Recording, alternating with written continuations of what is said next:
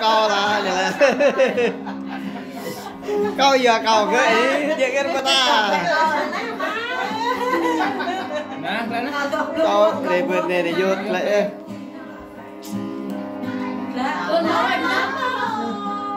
quán mà nó quen to mày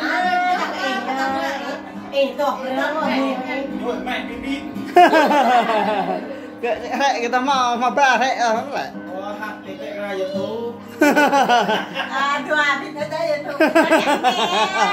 cỡ nên mà làm to với nhau mà làm to ta nó là mà làm to với nhau ta video ta chẳng ba làm cái lên được rồi đâu làm lăng rồi có phải đam không có đam này lên nhà mình ơi làm đam ngã lăng hoa mà đem hào ngoài cái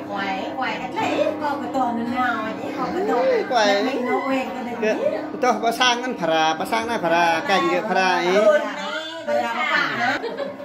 là mình rất thắc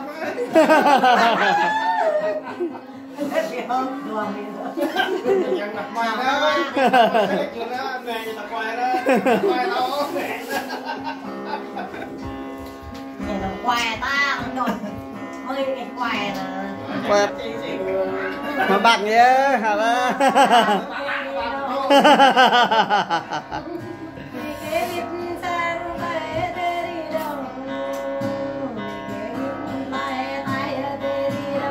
thầm lúc quay như nào anh ngoài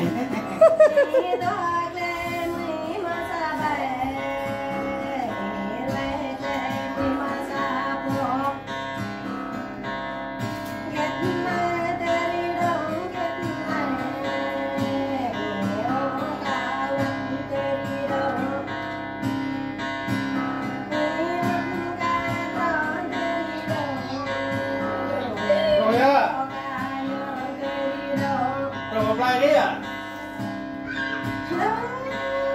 Đâu à?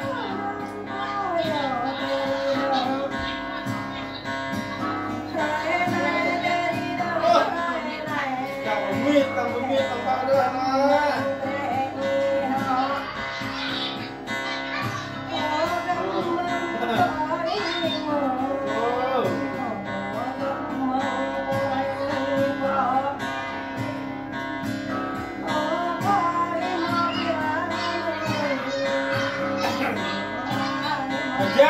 Giang làm gì?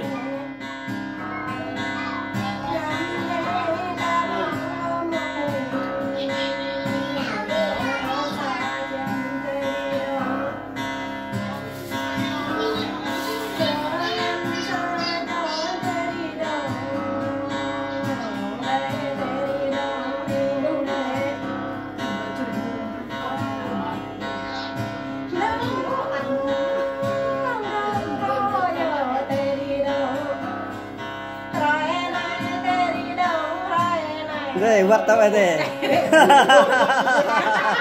ăn này là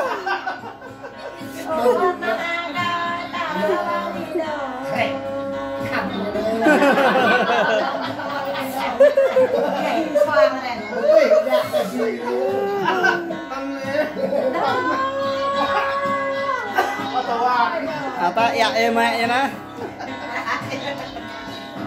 rồi đọc như thế nào ta yun berarti ya na shock berarti ya nè nắp rồi cái này này quay là này shock nó đặt shock à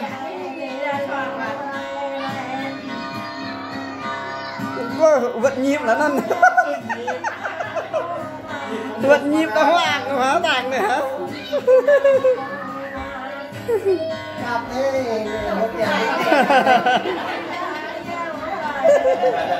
vứt choàng cái hoang ấy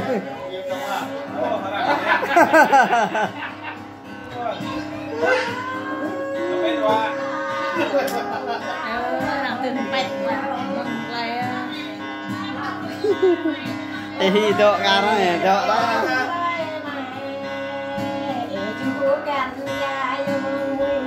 tê để rồi tận năng người rồi Anh tập lê bông mới tầm nào được nữa. cả đứt ôm Chẳng như là đây đâu rồi.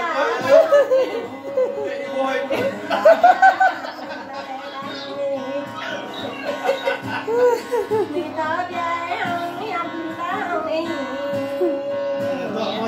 Tuổi dậy đi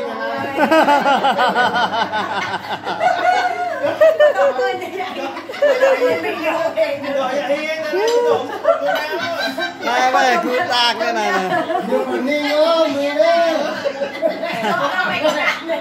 nhựa ninh ôm mười lên như ninh lại